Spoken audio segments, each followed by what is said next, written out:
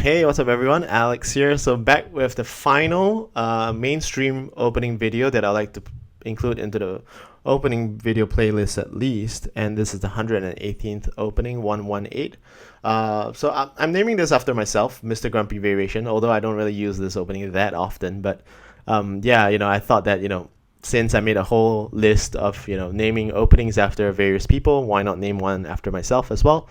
So I named it as a parallel opening because I think parallel is rare and probably nobody would contest having the parallel opening variation named after me, I guess. So let's run through that sequence: F5, F4, E3, and then followed by F2, and then E2. So it's kind of like a subset towards like trailing towards like a juice variation. So F6 you have that, and then D3 and C3 basically over here is a bit of a diagonal cut. So I've seen Japanese players play this as well, but for me I've also played this quite a bit. So C3, C4. So you do a diagonal cut, a lure for the black to kind of jump in, and then you cut over to F3 basically and set this up.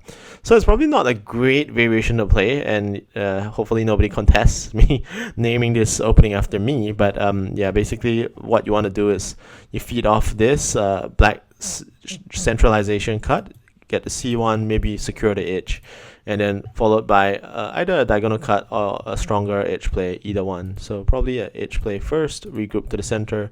I would say it's fairly easy for black to actually kind of counter this one. So yeah, so this variation is probably not as useful as the others. And at the same time, if black jumps into E6, white would jump into F1 or either B5, controlling this momentarily. So you can see it's pretty much more about the variation here and basically trying to control the lines and feeding off the edges. So I think with parallel opening, it's always about trying to create such pockets, maybe like using black's shape over here to try to gain two tempos. So yeah, that's essentially this opening variation. So I don't think this is useful. Again, it's one of those like under the parallel branch, you would probably play it during the blitz, just to give your opponent a little bit of surprise factor, and if your opponent makes some mistakes, you'll be able to capitalize quickly since it is a surprise factor over here. Yeah, alternatively, you can even consider B4, even though it's fairly negative, but it's kind of controlling this line momentarily. So if black cuts in for E3 to jump to C5, you can probably surprise him by removing C1, followed by this sequence. Yeah. And then trying for yourself to get E4 so that you can regroup to C2 perhaps. Yeah. So over here, I would say it's a fairly negative opening to play. Definitely a high risk one. So yeah, I think so far in my Othello career, I've been playing quite a bit of high risk openings here and there.